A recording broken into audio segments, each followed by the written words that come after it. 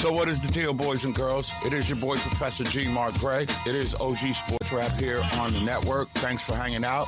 Let me be a part of what you do as we continue to, break you off in a way that gives you a different perspective so that when they throw the okie doke at you, you got a counterpunch. And that's why I want to open up the show tonight, boys and girls, because I make no mistake about it. I do have hard feelings about the way ESPN treated me. I try to respect, the game and the fact that, you were an innovative leader in terms of sports coverage. But last night's ESPYs was some trash. I'm sorry, man. First off, let's just talk. Who is the guy that they brought in from Saturday Night Live? Never heard of him. Never heard of him. And he looks like he's like 7, barely out of puberty. And really? I mean, it's supposed to be the American Sports Awards as they were introduced to us when I was there, and it was supposed to be like the Oscars of sports. If that was their answer to the Oscars, Oscar turning over in his grave. It was garbage.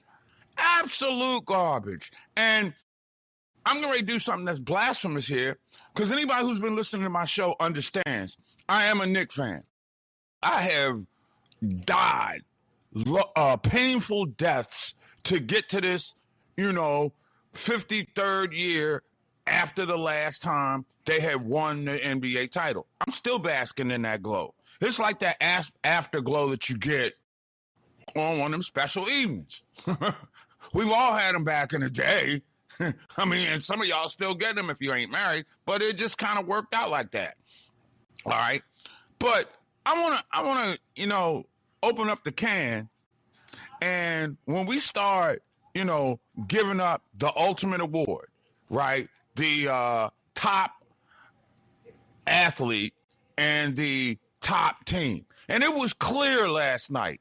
It was clear. And I'm not throwing any shade on my Knicks, and I damn sure ain't throwing any shade on Jalen Brunson.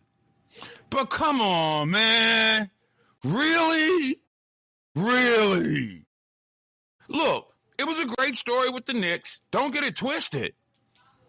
And Jalen Brunson was the key to the Knicks winning the NBA title. But it wasn't like he was that dominant performer.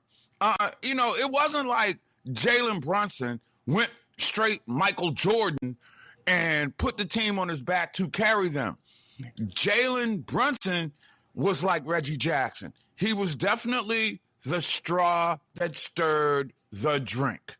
Okay? I will give you that. And it was unbelievable to watch him literally put a city on his back and carry the team to a championship. But was that the most dynamic moment in sports? Really? Wow. I mean, that says a lot. It really does. And to me, it says like, okay, we want to take advantage of the New York moment to honor New York in New York, right? And just bloviate to the venue that we're having our awards in. And I think if you're trying to be credible with your award, right, your award program, which is supposed to be the Emmys of sports or the Oscars of sports, even bigger than that, I'm not buying it. I'm really not. Seriously. Because in many respects, I think that, and maybe the Olympic teams, the men's and women's hockey teams, to me, going to the Olympics and doing what they did was worthy to me of teams of the year. I'm sorry. International competition, on stage on blast, kind of coming out of nowhere as a favorite. And oh yeah, by the way, since we in this damn time of patriotic lunacy, they represented as patriots by bringing back the gold. Really? How do you blow this? Seriously, and I'm a Knicks fan. How do you blow this? Okay? Nah, it's your agenda with the damn NBA. That's what it is. Okay? So I swear to you, it just reeks to me, having understood how the mindset works in that godforsaken hellhole with no credibility any longer. I'm saying, this was a fraud. Okay? It really was a fraud. It really, really was. Now, again, I don't know how they're doing it. Maybe the Olympics didn't qualify. I don't know. But you cannot look at the U.S. men's and women's hockey teams, right, and say that they were not the biggest story in sports. I'm sorry. It happened like that. It would have been the perfect move. The perfect move. You'd have got away from team bias. You know, it wouldn't have been any gender issues or nothing. You build that as a program. When the men and the women go to the Olympics and they win gold, you got to honor them. That don't happen. And especially in a sport that's not ours. And as much as we have bastardized hockey, as much as we have taken Canada's game and turned it into another profit-making, capitalistic entity, let's be clear about that, okay? You have to honor them. I mean, damn, y'all. And y'all got me, you know, to the point where I kind of have to raise my eyeballs on the goddamn president. I'm like, what the hell? I'm like, damn. I thought what he did was fraudulent. I mean, you bring the ladies up, they have McDonald's and all that stuff in the White House after the gold medal. That was bastardizing championship success for personal gain. Trying to put yourself into a position where you jolly old American, which was a fraud. But still, those two teams won gold in something that we did not expect them to do. And for you to turn your back on them, and you're supposed to be the worldwide leader. You're supposed to set the damn tone. People supposed to come to you and believe your credibility, and you went in there and you sold out. That's what you did. Sorry, and I'm an objective Knicks fan. Yeah, it was a warm, fuzzy story. Hell, they had the damn parade. They had the damn parade, okay? Which meant probably more to anybody else in America as far as championship parades are concerned, because you had to wait for a half a damn century to get one. But it was bastardized by ESPN. I'm sorry. They got Team of the Year wrong. They bought into the hype. They played to one of the chief premier rights holders that they have. Anything they can do to prop up an entity that they broadcast, you do it. Hell, and even let's get away, since you may not buy the notion of Olympic hockey. If you take men and women, I think that's the story of the year. I would even ahead of the Knicks, and I'm sorry to be this way, y'all, because you got to be objective about your friends, about your family, and about your teams. And while you still bask in the afterglow of your championship, you can't diminish the significance of other teams who have done it. Let's go also to the Los Angeles Dodgers. Okay? Let's talk about that for a second.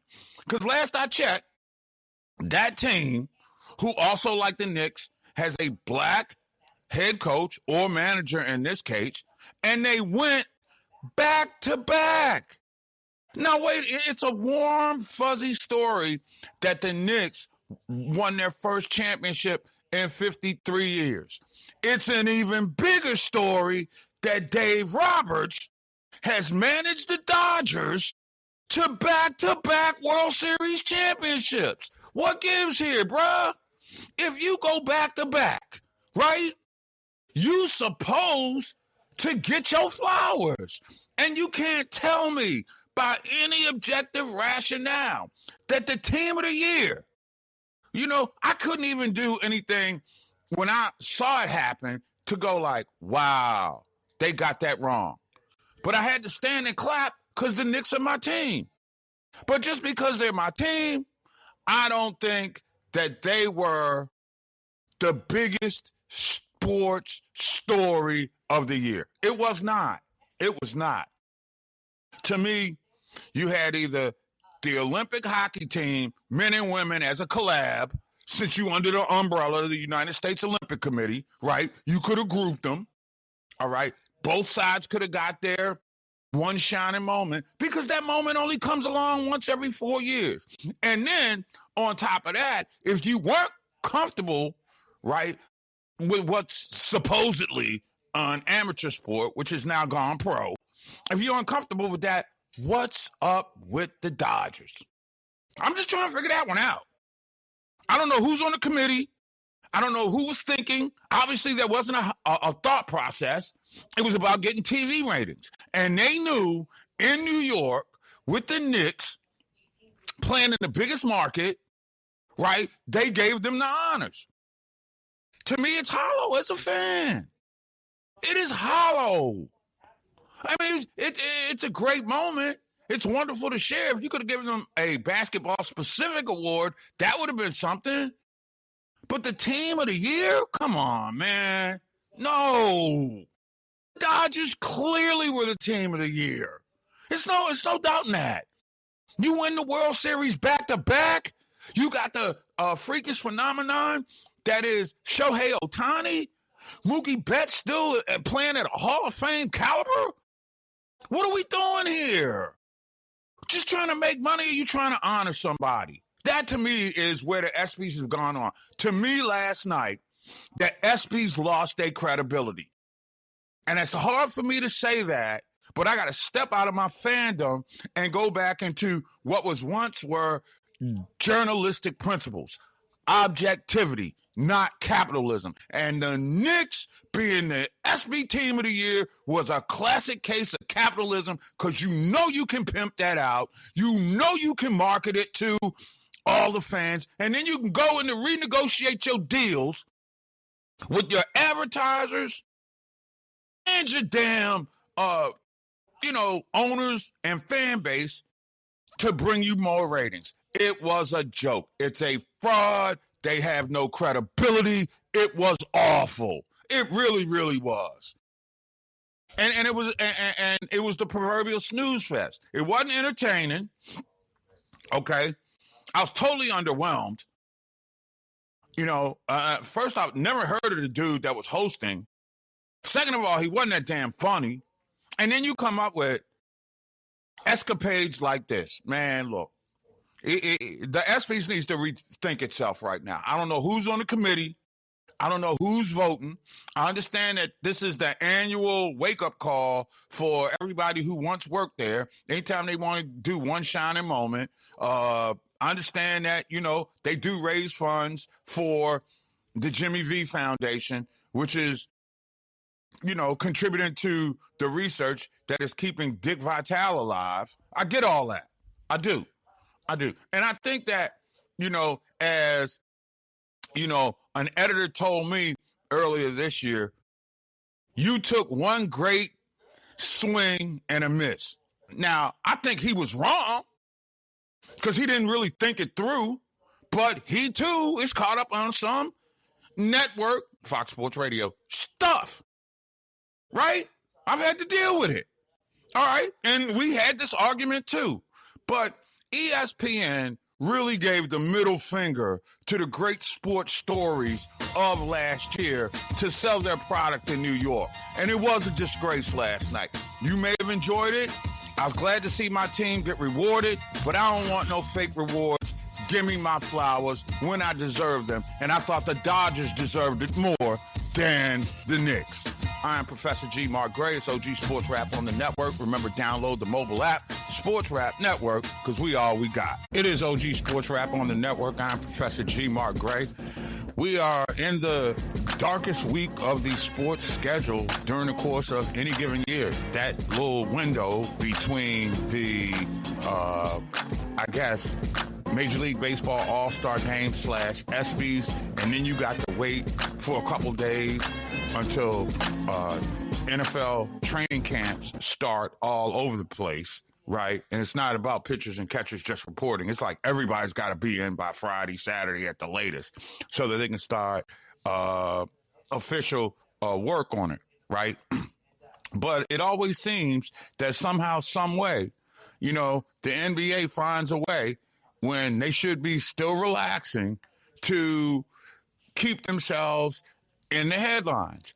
And this year, it is clearly about the narcissism. And this is what we're dealing with here, y'all.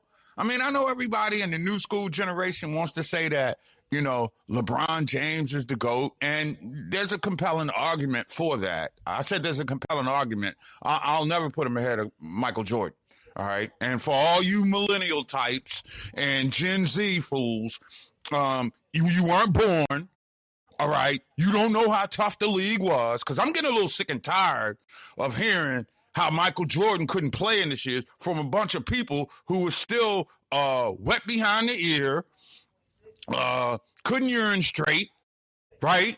And probably don't even have a degree yet. You get all your information off the internet.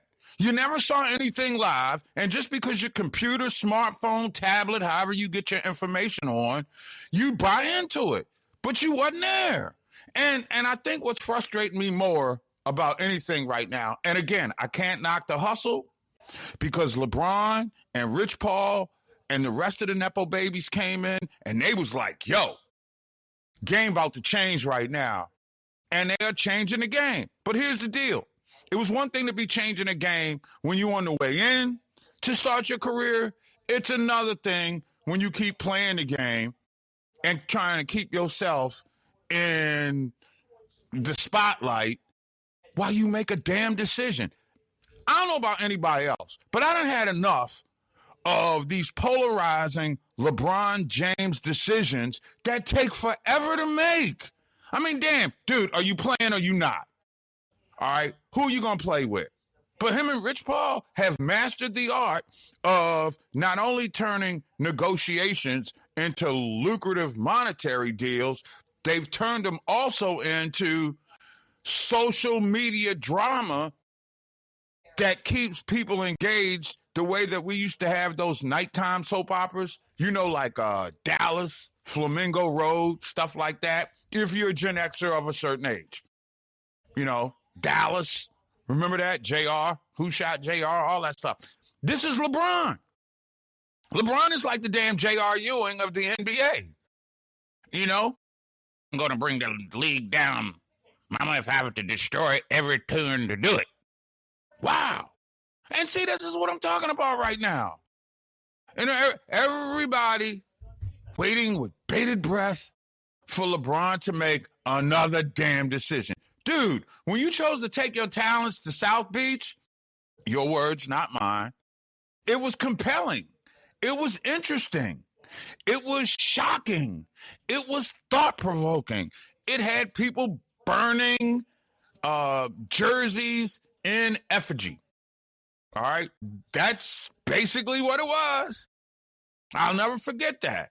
So I'm just wondering, I don't foresee Laker fan burning his jersey. But I'm like, right now, if you're going to have a guy for 1, maybe 2 years, do you invest in said jersey? That's where I am right now. Make a damn decision and lock it in. All right? And everybody's always talking about it. And people are quick to say, I don't have to make the decision right now. You do have to make a decision if you are committed to coming back and not just getting paid. Okay? Any team that goes after LeBron must think that they're within one superstar caliber player away to win an NBA title. You don't bring in LeBron to sell tickets. You bring in LeBron to win championships. And at this stage, he's 40-something now. I don't think he can carry a team any longer. And the way that this whole thing is being played out right now is that you're almost left to believe that teams thinking that either A, he's the missing link, or B, he can put them on their back. He can't carry them on their backs anymore. That's what I'm saying. Is he the missing link? Could be. But it's just too much mystery. And the nonsense of kind of holding a league hostage. And enough of it, man. I mean, we were all raised in the days of sports when there was a certain amount of glory and you didn't realize the underbelly of capitalism that was going on. But all this is, all this drama, all this turning your back, not discussing things with the Lakers, undercover negotiations. Come on, man. Really? Really? Enough already. Enough. If we got to be burdened by these off-season decisions and where LeBron wants to go, what he wants to do, I mean, make the decision. At some point, you're a grown-ass man, set for life. There's nothing you can do that's going to take away from the fact that you're going to the Hall of Fame. All right? You already in the Hall of Fame, damn it. As soon as you retire, they start carving your bust. All right, let's be clear. Whether you get a statue outside of somebody's building, that remains to be seen. I mean, I don't particularly see how, despite the fact of being a narcissist, you haven't really made a commitment to any team, so why would I commit to you to build you a statue as one of the, Mount Rushmore figures in my organization? Because that's what happens is a statue in front of a sports venue, quite frankly, means that you're a part of the Mount Rushmore of your organization. I know when I ride to Orioles games and I look over at M&T Bank Stadium, which is directly across the parking lot, if you will, from Camden Yards. And when you look over there, you can see the big old statues of Ray Lewis, and I believe it's Jonathan Ogden. All right, if I'm not mistaken. You understand that. There's some people who would say that Joe Flacco deserves to be there. I don't know if I'm going that far, but I do think that Baltimore treats Joe Flacco profoundly wrong. And I'm going to call Charm City out, and especially the black fan base, for hating on Flacco, because Flacco has done something that Lamar Jackson has not been able to do. That's win a Super Bowl, okay? And they crush Joe Flacco. Crush him. He won him a Super Bowl, y'all. Well, it wasn't his fault. He just riding the wave of the defense. I don't think y'all remember that pass down the sideline in Denver enough, do you? Do you remember the fact that he had an MVP caliber game in said Super Bowl when the lights went out in New Orleans? He did. So I don't want to hear it anymore. I don't. And in many respects, I'm looking at this hostage of his talent that LeBron and Rich Paul, Rock Nation are holding together. Enough already. Make the damn decision and get ready for the season. All right? We know you can't carry a team anymore. We know your body's going to break down at some point. You looking for the right situation. I don't know if there is a right situation for him. I don't. Because at some level, if you put him on a pitch count or a number of minutes in a game, all right, and you want to limit to LeBron at a max 30 minutes of games, that puts your coach into a position where he's got to figure out a way to manipulate rotations and to make sure that you keep a flow to the team's rhythm when he's off the floor. You can't do that. And then the notion, everything, and I'm tired, with all due respect, it's a warm, fuzzy story to hear a father who wants to play for his son. His son already set for life, dude. Something happened to LeBron, God forbid, like we're down with Kobe Bryant, Bronny, his mom, the other kids, they are all good. They are. So we're not talking about any, generations of LeBron's family are straight right now. There's nothing, his money probably rolls over in interest and can probably feed a small third world country right now annually. I would probably argue right now that, the GDP of LeBron is probably bigger than, the budget of several third world countries. Okay? Any of the ways, Paraguay, Uruguay. You know, you look at some of these teams in the World Cup, you look at them right now. LeBron could be that nation. He could be president right now. He could buy that country, right? But we wait, and we wait, and we wait. You get no answers. There's no transparency, right? It's just this narcissistic vibe of, I got to be under the microscope and keep you in stitches, okay? And we're tired of it, man. We really had enough, okay? And it's almost like the LeBron James nightmare continues, okay? Yeah, it's a downtime in sports. We in that week after the All-Star game, following the ESPYs. So when or why does it have to play out like this?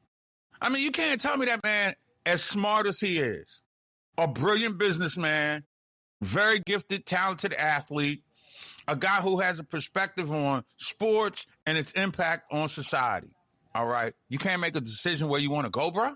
Really? Let's be real for a second. I'm going to tell you what's going down for real. LeBron wants to play in a warm weather environment so he can play golf on his days off. Yeah. And if any of y'all have ever gotten bitten by the golf bug, that's where LeBron is right now. He wants a warm weather environment. That's why Pat Riley and South Beach are on the table. That's why the Golden State Warriors and playing with Steph Curry is on the table. Heck, I'm pretty sure that part of the motivation for LeBron wanting to go possibly to play with Golden State has a lot more to do with tee times at Pebble Beach with Steph Curry. Because he knows on days off in Northern California, it might be a little brisk. It ain't going to be as cold as Cleveland. So to me, the teams, for reasons that probably have less to do with basketball and more to do with, I want to do everything while I can still do it with LeBron. And I don't think Philly fits the bill. It's too cold. I think Cleveland, been there, done that, won a championship, got the T-shirt, got the ring, too damn cold in the winter. So to me, when you hear all these rumor, innuendo, and speculation, it has to be Golden State or Miami. And which is the path of least resistance to get him back to the finals? And to me, it would seem that it would be Miami. Because there's a lot of landmines in the West. San Antonio, Oklahoma City, Minnesota, Denver, that he could all roll with. But a lot of those cold weather environments like Minnesota and Denver don't give him a chance to play golf during the regular season. And I think that's the distinguishing characteristic of wherever he signs. I'm Professor G. Mark Gray. It's OG Sports Rap on the network. Remember, download the mobile app, Sports Rap Network, because we all we got. Well, time for baseball to really kick back up, and the big headlines are basically away from the field right now, leading up to the trade deadline, which is August 3rd. I'm your boy, Professor G. Mark Gray. It's OG Sports Rap on the network as we get set. Well, I guess right now, the Phillies and the Mets are getting after it to open up the second half of the playing part of the regular season, but we all know that the real stretch drive is going to begin starting on August 4th, because with the trade deadline and so many teams in contention, and now we've got expanded playoffs, it's going to make it harder to predict what other major moves or acquisitions that will happen before August 3rd and the deadline. Believe it or not, folks, baseball has stumbled in to parity. Yeah, and it's no longer about the haves versus the have-nots. It's matchups on every night.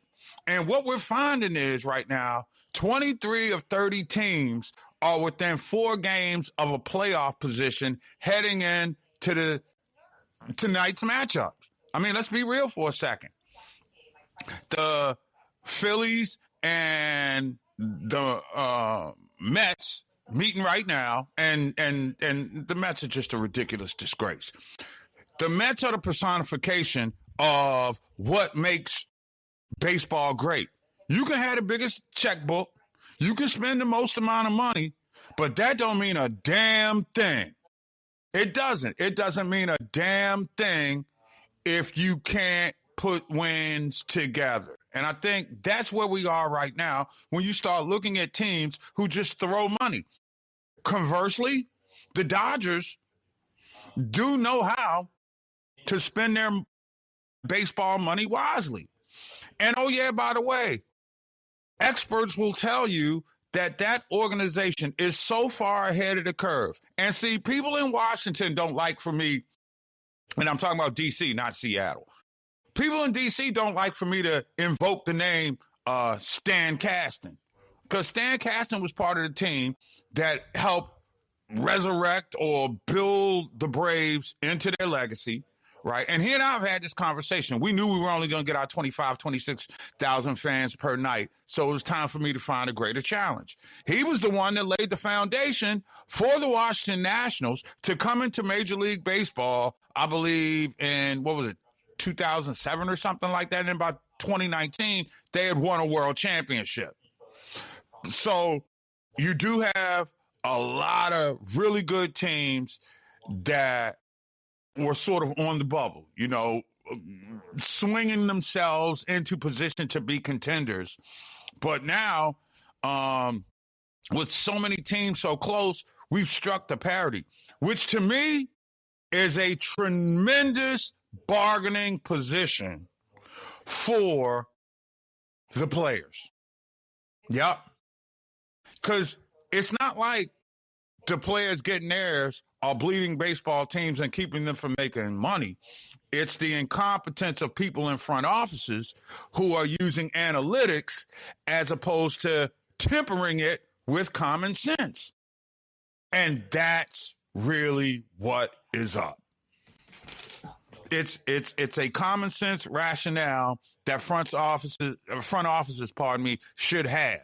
And the thing that I really noticed is you put the Mets and the Dodgers on the same plate, right? And you don't know who they are. They're not looked upon. Those are the 2 biggest money spending teams. But the Dodgers have a focus. And part of that focus comes from having a Stan Kasten in your front office.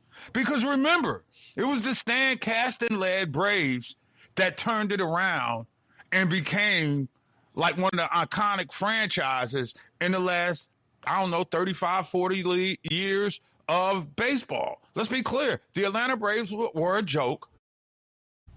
Ted Turner had him. He had one of the worst teams ever on national TV, but as that TV money started generating, the Braves farm system started improving. And the smartest thing that Stan Kasten ever did when he was general manager of the Braves was to go out and hire John Sherholtz, who had been a proven general manager, so he could be elevated to vice president of baseball operations, but let the day-to-day maneuvering, shall we call it, and roster positioning was all about the manager, Bobby Cox, and a guy that he brought in named John Sherholtz, who immediately turned it around.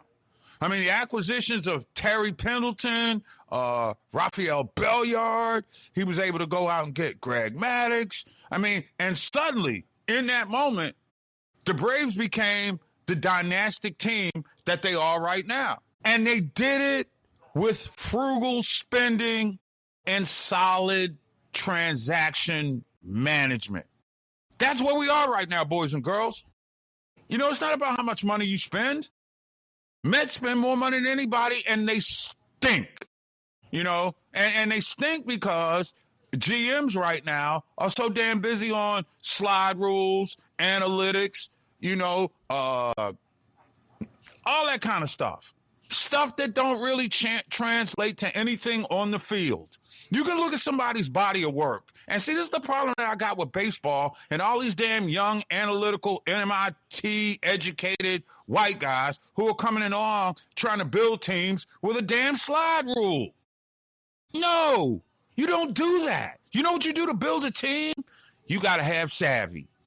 And to me, analytics in the front office have dumbed down this new school generation, right? Figuring that we got some analytics and numbers here. I had a general manager tell me that, okay? We've got some numbers that we look at that move. Hey, one thing's about numbers. They used to say the numbers never lie. Sometimes they do. You know, you got to look at the way somebody handles their business in big moments. And that's what makes the Dodgers so great. The Dodgers find players with what we used to call the clutch gene. You look up and down the Dodgers lineup, which is why they have to be favored to win again. You've seen them do it. We've seen them handle the pressure. We've seen them handle the injuries. Yet Dave Roberts continues to keep it moving. Why? He's an innovator. He knows if he needs to go to a six-man rotation. He knows when he needs to dial it back. He knows when Shohei Ohtani doesn't. When he pitches, he may not need to hit, and that takes a big bat out of the lineup. But it is what it is, and that's where baseball has gone off its rails. All right, if you ask me, they've just straight up gone off their rails simply because they just don't understand that 50% of the game is half mental, said Yogi Berra. Now, that may sound like a crazy statement, but you got to temper the numbers with your feelings. And the laziness of baseball's front offices right now, because they are so hell-bent on computerized prognostications that people don't have a feel for the game and no longer use the human test of, could this guy fit into our culture? Will he get along with the manager and stuff like that? That's what we're going to look at down the stretch here right now. And see, the apple of everybody's eye is Tarik Skubal. I mean, let's be real for a second. A two-time Cy Young Award winner. He becomes a free agent after the World Series. So if you're Detroit, all right, and you got this 29-year-old left-hander who is only 2-3, but his ERA is still 3.62 in starts. And this was when he was pitching, and they had to remove a loose body from his pitching elbow in May, on my birthday, May 6th, as a matter of fact. Now, after coming back on June 13th, they went back under for a flexible version of the arthroscope.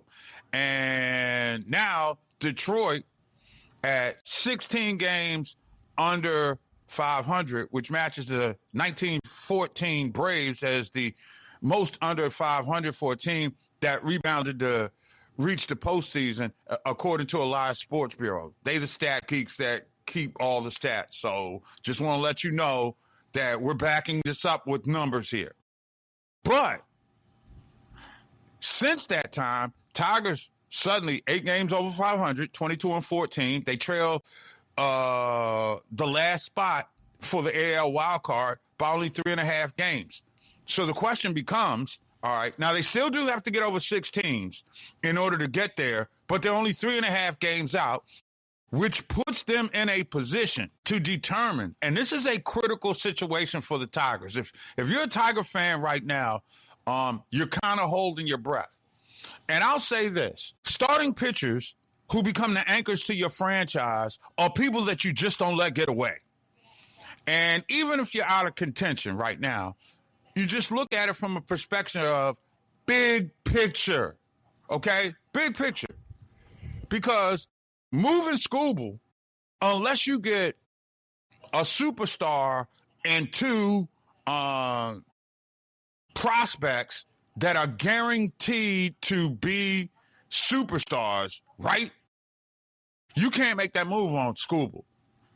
If you're sitting in the front office of the Detroit Tigers right now, everybody's calling you about Scooble. The only phone call I'm going to listen to is from the Dodgers, because the Dodgers have the top-rated farm system, and you may be able to get, if I can get 3 prospects, right, I want another arm, and I want another couple of position players, certainly with a big bat.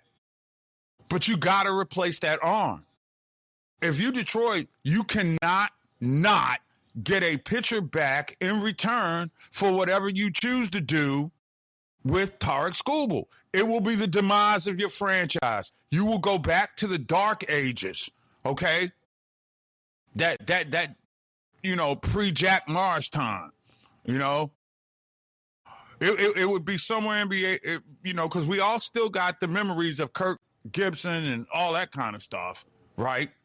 Who was a big contributor when finally the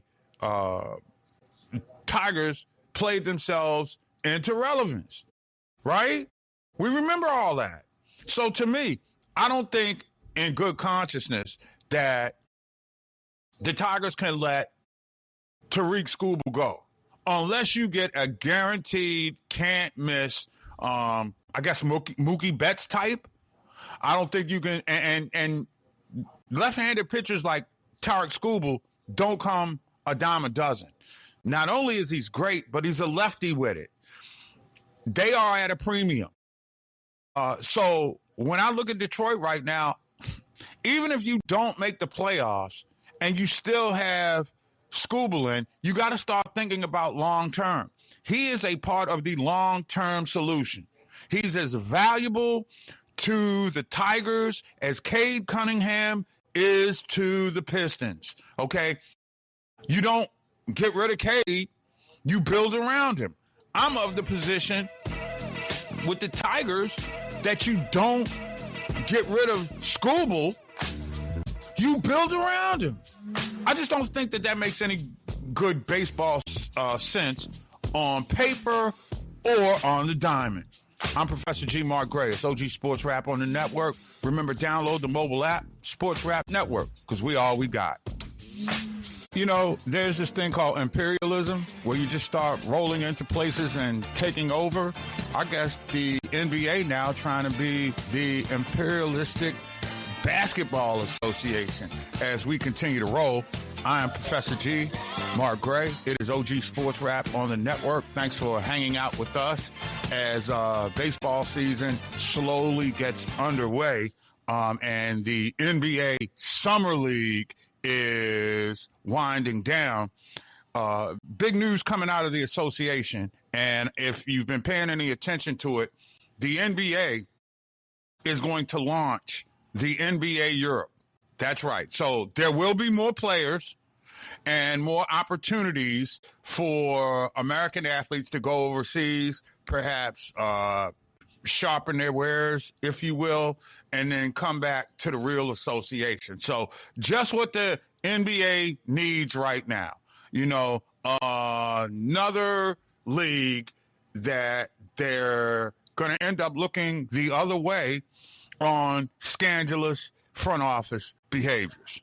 All right, let's be clear for a second. Now, and just to give you a little bit of breakdown, the NBA and FIBA, the World International Basketball Association, is going to feature a 16-team tournament that features 12 permanent franchises. They've designated 12 permanent target cities. All right, and multiple bids have been submitted by various ownerships groups for every one of them. So you'd have to say that David Stern's vision for the globalization of basketball and for the NBA to be the global governor of the game, looking to almost usurp the authority of FIBA. And when I look at FIBA, I'm like, there's got to have to be some universalization of rules and how they are called. Okay, and fouls, I should say, how they've been called, because there are different aspects of the game that are going to have to be changed or improvised, such as even the size of the lane. I mean, what do they call? We have a lane, right? They have what they call a trapezoid. It's a wider lane. I'm trying to figure out what the NBA is trying to do here, unless you're trying to impose the rules of American basketball onto the world, game itself. And there are tons of different things that I think both the NBA and FIBA are going to have to recognize if this thing is not going to flop. Let's be clear about that. We talk about the trapezoid lane. We also got to start talking about the fact that you can smack the ball out of the rim area without goaltending. Is the NBA willing to embrace that? Because the NBA has always been about scoring. They have been a 100-point league forever. All right. And it even went down during the early eras of Jordan and Bad Boy Pistons. Were it not for the Lakers and their Showtime getting up and down the floor, we'd have had a boring, plodding, to be honest with you, we'd have had a Bobby Knight league. With all due respect to Bobby Knight, Indiana was ugly as hell to watch when he won.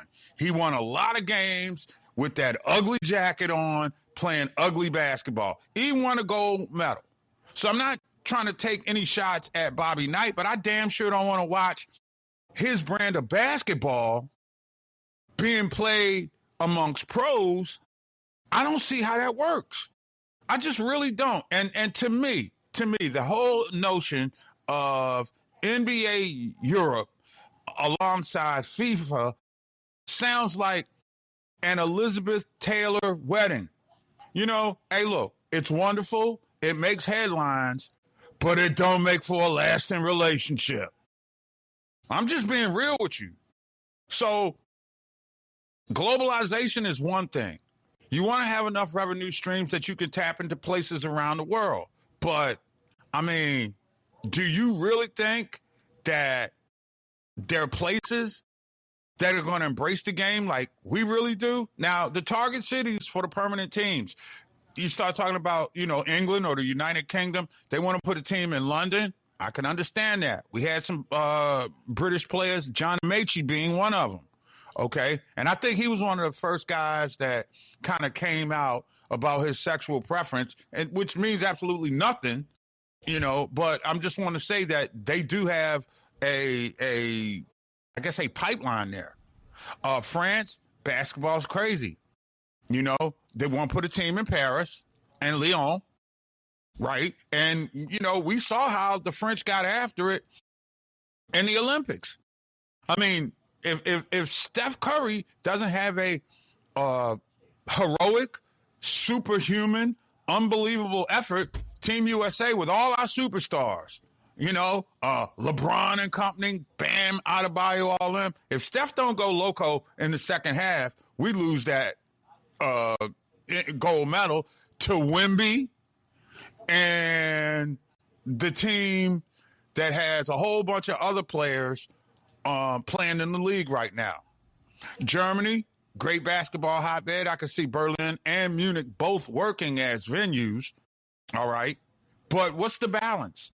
Is this NBA league team going to be like, you're going to have a regular season? You're going to have American players coming over? Is it just going to be for European players? Are we going to have the players going back and forth? Is this going to be like a minor league system, a better feeder than the G League? I mean, I'm so many confused. It's so confusing.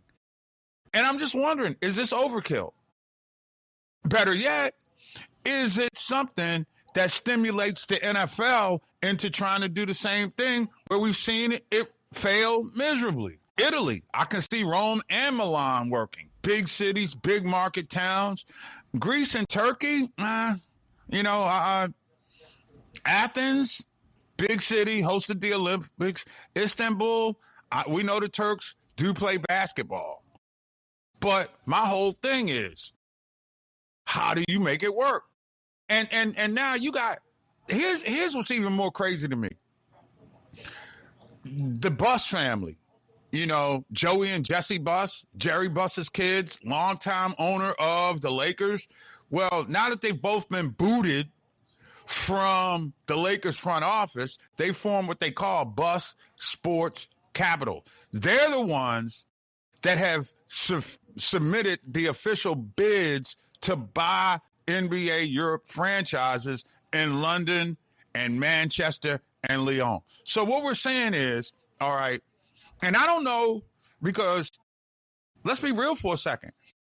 There is a compelling argument to say that in the case of the Buss family and the way that they've run the Lakers franchise, that that apple not only has fallen off the tree, it's on the other side of the forest. I mean, let's be clear and unequivocal about this for a second, boys and girls. All right. Do you believe that after Jerry Buss passed away and the team had to move into another business position, that the Lakers have been run as efficiently as they were back in the day? And it is not the case.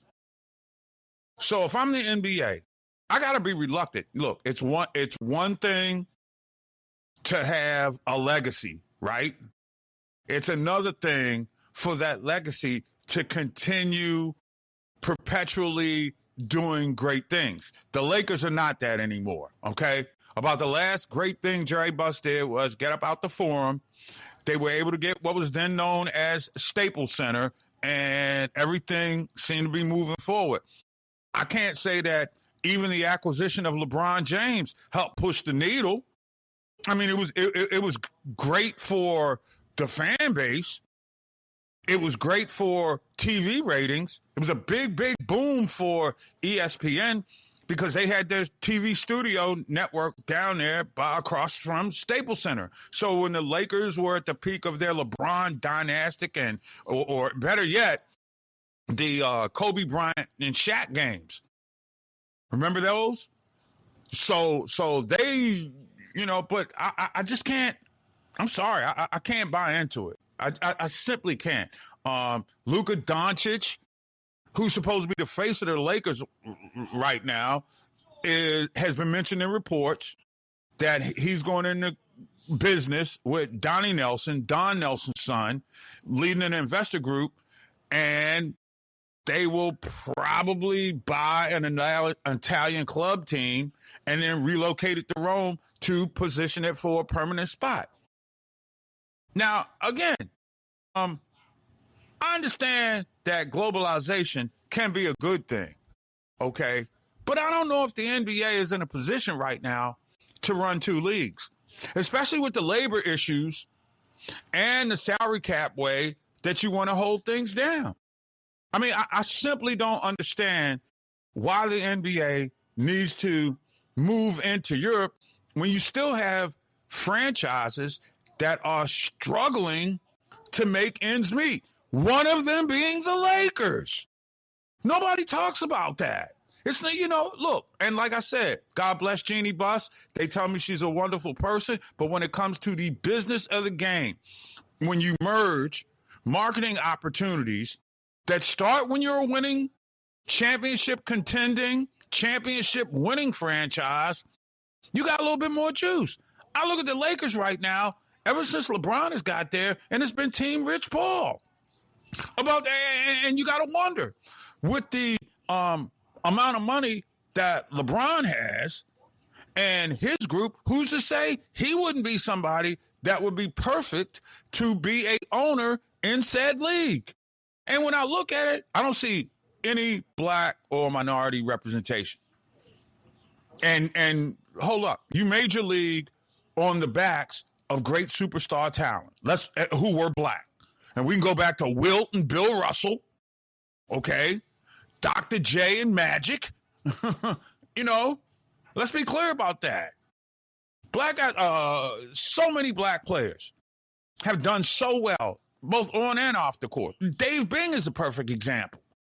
Here's a man that doesn't get nowhere near as much credit for the greatness and the impact that he had on the game. You could make an argument that everything that he did for the game, both on and off the floor, is worthy of Hall of Fame caliber stuff. Come on, man.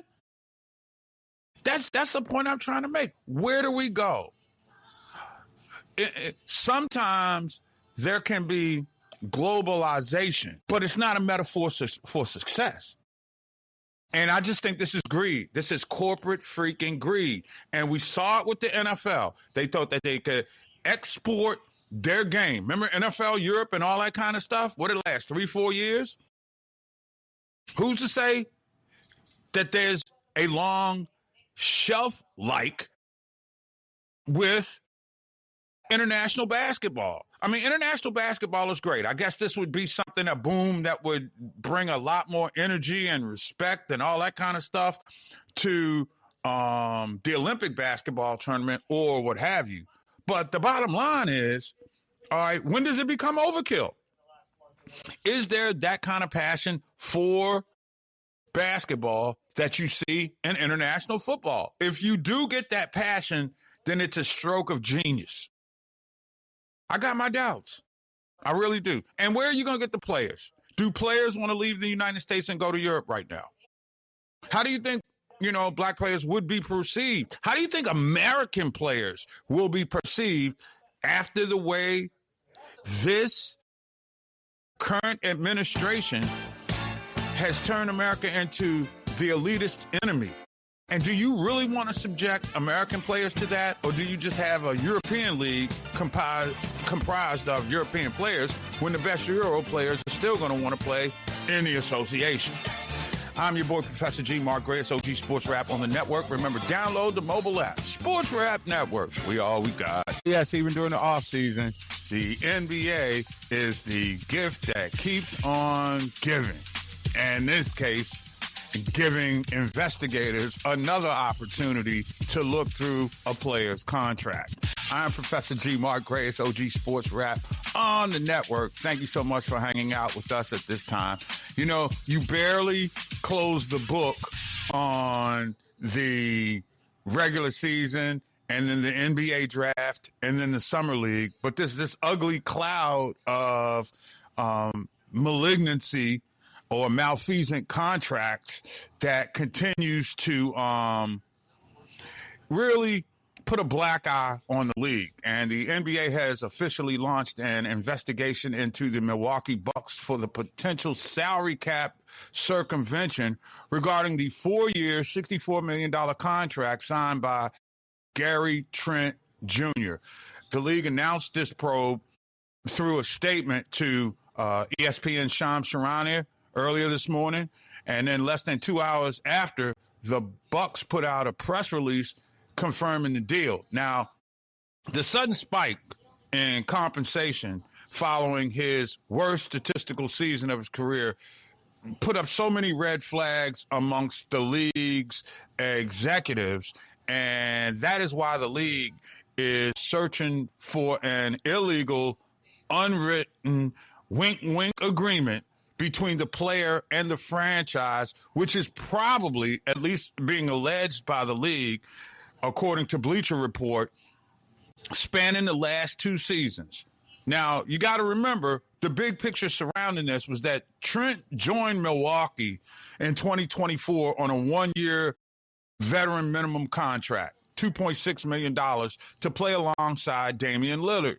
He then signed another highly discounted 2-year deal with a player option in it in 2025. This summer, Trent opts out of his contract to become an unrestricted free agent. Then he signs a fully guaranteed 4-year extension with an annual value of $16 million. So let's get this straight. He makes $2.6 million. Good check if you can get it. Then, figuring that he beats the system, according to Yahoo, he can take a 4-year extension of $16 million a year.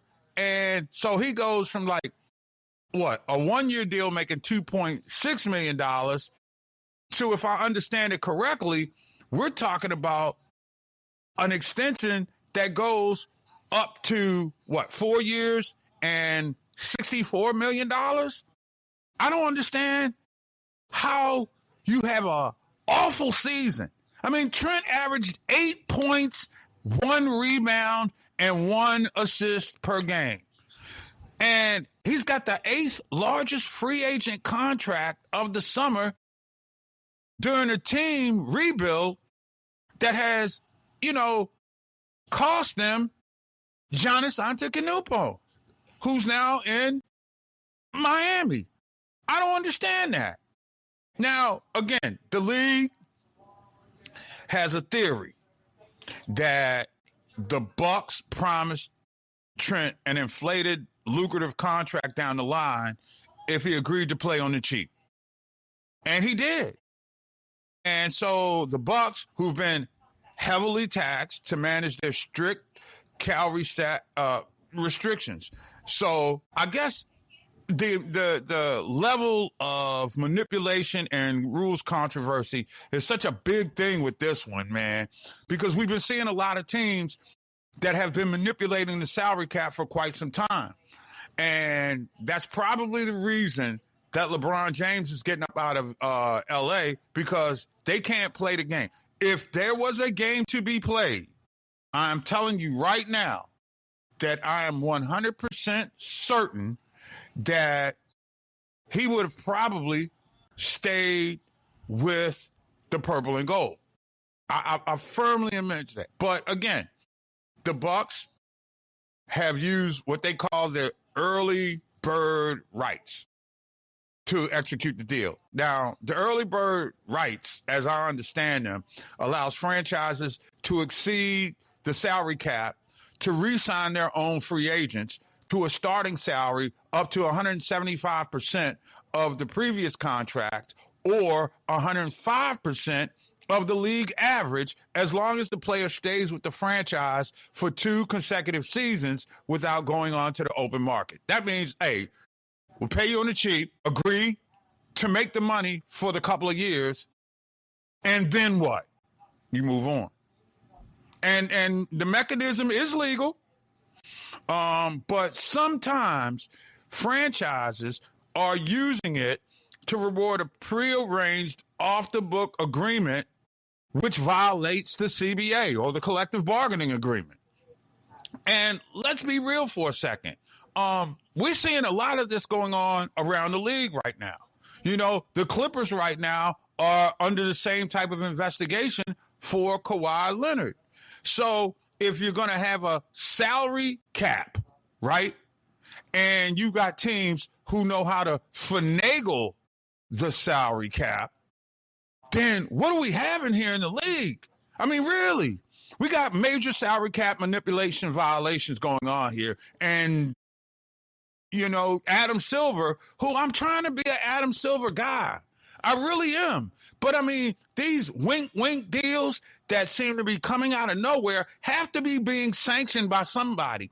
And are we living in a world that goes by the old adage that a lot of people used to say, particularly in baseball? If you're not cheating, you're not trying. And, I mean, you look at the teams. And the sad part about it is these teams are tanking and suck. They're underpaying players so that they can pay them a bigger number, and quite frankly, it hasn't worked out. It really didn't. I mean, you think about it. The Clippers are right now facing the possibility of some significant sanctions, which could mean draft picks and what have you, for Kawhi Leonard. Kawhi Leonard hasn't played worth a damn with the Clippers. Gary Trent Jr.? Nah, man. And you pay him? And for what? This is what's killing me about the association right now, and this is what's killing itself, okay? You're overpaying underachievers, number one. Let's just try that for an hour. I can't believe that Gary Trent Jr. he wasn't even worth the trouble that the organization is now in. There's a reason that Milwaukee has taken a step backward. And again, these are front office accusations. I don't know if the greatness of Glenn Doc Rivers had a hand in any of this, but he was a part of the malfeasance in Milwaukee. And so you look at a team that grossly underachieves, can't win a damn thing. I'm not going to say scrub because you're not a scrub if you make the association. But Gary Trent Jr. was by no means worth the problems and the ultimate ramifications that the Bucks could face. And we're talking about a Bucks team, what, half decade ago or something? They were winning championships. It looked like Giannis was going to be the greatest player to play in Milwaukee since Kareem Abdul-Jabbar. And I will say this, Kareem brought him a championship, and so too did Giannis. Okay, so we understand what's at play here, but the level of front office manipulation right now is just pathetic. I mean, it is just, come on, y'all. What gives these owners and front office executives the audacity? I'd call it caucasity, right? Because you don't have that many black front office executives in the league, and I can't see black executives taking a chance like this without it being sanctioned by the owners. And when you look at the gross underachievement of the Bucks, even with Giannis, okay, and he even manipulated it for a while. Perhaps he knew what was up, but they were able to break his brother off, and his brother is by no means a Greek freak. I mean, he may be an average Greek basketball player, but he ain't his brother. But I don't understand what the mentality is. I really don't. When it comes to contracts, winning and losing, revenue sharing, the have-nots have been carried by the haves for so long. Okay, everybody's gotten a spike out of the new NBA TV money that we saw that came with the NBC, ESPN, and whatever streaming service. I think it may even be Netflix or whatever. But the craziest thing is that they're manipulating a system that gives everybody equal opportunity to win if you've got a smart front office. And obviously, the front office is not that smart in Milwaukee. And I don't even know what the hell you call the front office with the Clippers. I mean, the barren land of futility. The worst one professional franchise in the last half century of American sports. I mean, let's be real for a second. If you the Clippers, I can understand why you might be trying to move some smooth moves and do some under the table stuff. I can understand that because you notoriously stink. Okay? You're the second class citizen in a 2 basketball city, right? Let's be clear about that. There are more fans at Pauley Pavilion when UCLA sucks than go to Clippers games, and they got a new stadium. All right, let's just put it out there for what it is. And to think that Milwaukee would have to buy into that. Milwaukee's a great basketball town. They got basketball tradition, and to see a franchise like this come under the scrutiny for a player that's a journeyman at best. I had an uncle that used to tell me, if you're going to mess up, mess all the way up. Just and make it worth messing up for. These dudes in Milwaukee have been sneaky. They've been underhanded. They've been malfeasant, allegedly, and they still haven't won. So when you cheat and you're still losing, there just has to be some dysfunctional lunacy in your front office. And they're fortunate because players know what's going on in the front office And that leads them to want to escalate a way for them to get out of that nonsense. So if you just look at the Bucks and the fines they could receive, the shots to the salary cap that may be taken, and all of the things that they lose for a guy like Gary Trent Jr., okay? And let's be real for a second. The guy didn't even average 10 points. He couldn't give you 2 boards. He couldn't give you 3 assists. And you gave him the 8th largest free agent contract of the summer during a time when his team is rebuilding. I don't get it. I just think, it takes me back to one of my former colleagues named Butch McAdams, who used to always mention what John Thompson would tell everybody, the late, great John Thompson, legendary Georgetown coach. Life is harder. It's even harder when you're stupid. And when you're stupid, you shouldn't be trying to get over because you don't know how to do it. It's your boy, Professor G. Mark Grayus, OG Sports Rap on the network. Thanks for hanging out with me. Remember, download the mobile app Sports Rap Network, because we all we got. Your head, not to save hoes or rescue anybody, but a nigga know it's stress due to the body. All right, folks, it's fitting as we get set to tag up and head for home. This is the last call, so we're not pouring any more drinks. Smoke them if you got them, and if you're smoking, be responsible. And by all means, remember the tried and true adage. If you're under the influence, don't bet. And if you're flirting with going into the mortgage or the kid's college fund or the money that you and your spouse or girlfriend or side piece is going to, cover the cost of the vacation, call 1-800-GAMBLER, get yourself some help, really. And if you're married, don't be making any plans to take a vacation with another woman. Just want to put it out there for you. May sound like a good deal, but never ends well.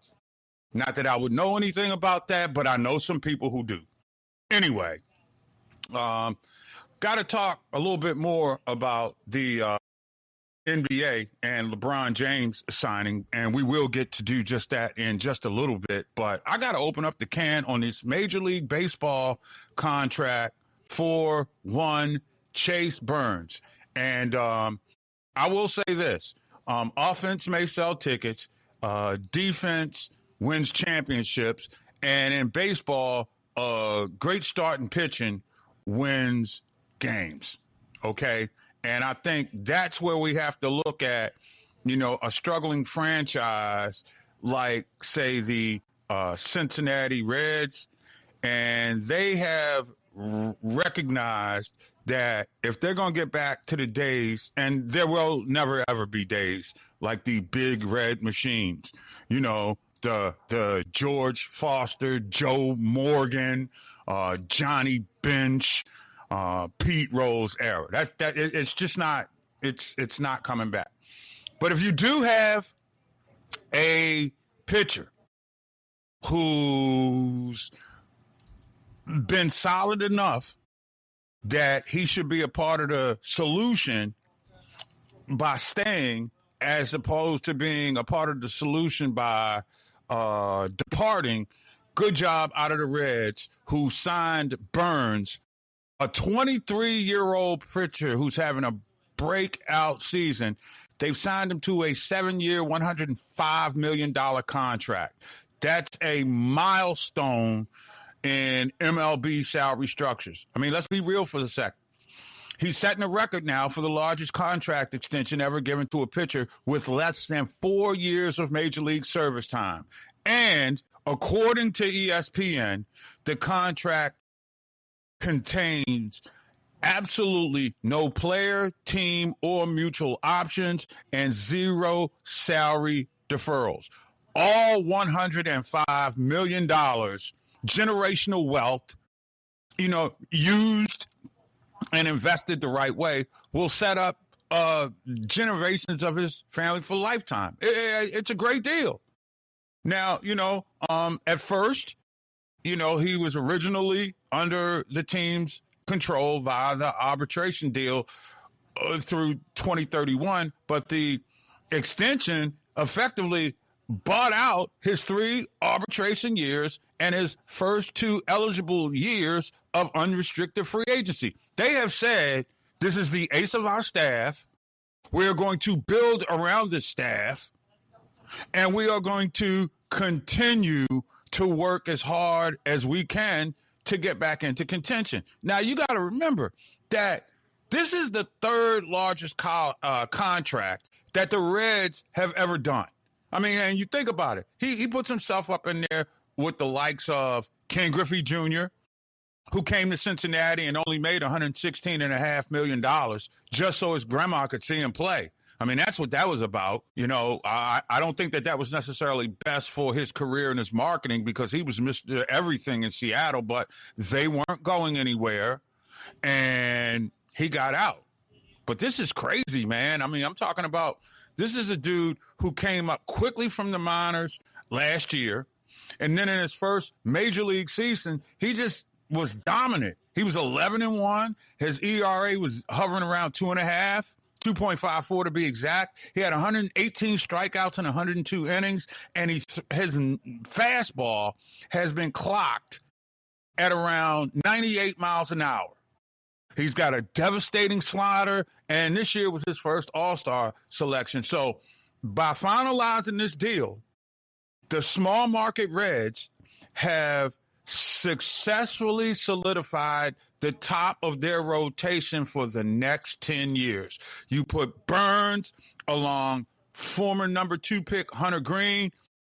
Cincinnati has laid the foundation to be a contender once again. And I got to admit, you know, that's a great baseball town, and baseball is better when you have the Cincinnati Reds relevant. And just for the names that I mentioned, you know, the Ken Griffey seniors, the Pete Roses, the George Fosters, the Barry Larkins. Okay, Cincinnati, one of those. I'm not the biggest fan of Cincinnati as the city, but when you start looking at the annals of baseball history, man, I mean, Cincinnati has done it. They have never been reluctant not to do it with brothers. So good luck to the Reds. And when you have the top end of your rotation straight for more than a decade, I think expectations should be raised. But then again, that's just me. All right. I'm sorry. It doesn't take much to satisfy your boy. But if I'm a Reds fan in this moment, at this time, I'm happy. And they're contending right now for a wild card spot. So it's going to be a fun summer in Cincinnati, or remainder of the summer, which could lead, and I'm kind of leaning in the direction of Cincinnati to win the AFC North, believe it or not. I don't trust the transition in coach at Baltimore, especially with Lamar and a new offensive coordinator, right? Pittsburgh is, I mean, they got Mike McCarthy, who can coach, but does he have a quarterback? And then there's Cleveland. Well, I mean, you take the Ravens' underachieving offensive coordinator and you make him your head coach. To me, it's the hamster on the treadmill thing going on right now with the Browns. So the best sports city in Ohio, not named Columbus, has to be Cincinnati right now. Anyway, that's just one of the things that caught my eye making headlines today. And conveniently today, at what was supposed to be a great opportunity for LeBron to make his announcement, and the way he's fueling speculation and assumption is really leading me to believe that he's going to stretch this out as long as possible, and it's morphing into the realm of narcissism right now. Because we saw how the announcement worked the first time when he took his talents to South Beach. Now, everybody thought today that at Fanatics Fest, and if you don't know about Fanatics, that's like the ultimate, team apparel store. Fanatics in New York is huge. I mean, it's really kind of almost like a museum that you can buy stuff from, because you can get just about any, jersey, hat, jacket, whatever kind of piece of sports apparel you want, you go there. So as part of the ESPYs and in the build up to the World Cup final, they had a, and I guess First Take was down there early this morning too, Stephen A. and all that kind of stuff, or they'll be down there tomorrow, whatever. But at the Javits Center, LeBron was joined by guest Tyrese Halliburton. And everybody tried to pry the answer loose by asking LeBron if he had made a decision. And he kind of carried it like in a joking way. We literally talked about this in back, and I'll leave it alone. So, again, he did come out and openly acknowledge some rumors, teasing the crowd by naming some of his top suitors. You know, he joked, I heard Warriors, I heard Philly, I heard Miami. Somebody said, I'm coming to the Yankees. We'll just see what happens. Dude, look. See, this is where the narcissism kicks in. You're the damn biggest basketball celebrity still in the game. All right? Let's be clear about that. Nobody's going to move needles on TV yet the way that LeBron still does, because he's in the twilight of his career. Between every media opportunity that they have and now hearing Rich Paul with their own podcast just drives the attention up for him more. But the question is, what's the end game? What is he doing keeping everybody in hostage?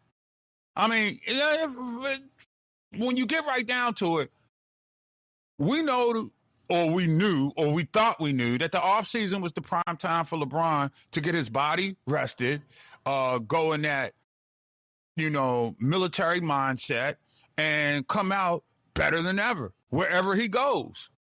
But you have to start wondering right now, is LeBron still committed to the game, or is he more committed playing games? And that's the 800-pound gorilla in the room that comes with LeBron these days. I mean, it's going to be a traveling rock show, kind of like it was with Jordan, but Jordan was always in it to win it. He got frustrated with Chicago because they wouldn't put the money on the table and try to keep the team better. And they haven't gotten back since. The Lakers, I'm sure he could see the earthquake coming. You got front office futility. You got a coach that, to me, is in over his head. And that's why he probably got up out of there. Because I guarantee you, if there was a strong front office in Los Angeles, they may have had some manipulating or worship factor games, but he probably would have got his money, right? Now he's dancing around to find a place where he can be the hired hand. And that's what it is. And there's nothing wrong with that.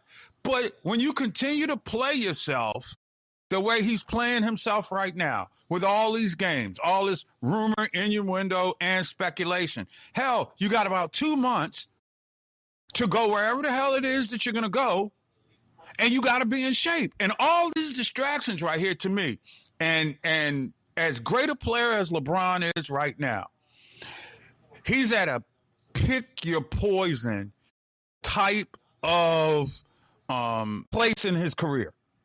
Because LeBron's body, after 21, 23 years or so, it's beginning to break down. You don't know what or how many games you're going to get from him. And all this minutia that's in place. And again, this is a dude that knows his body better than mine. Okay?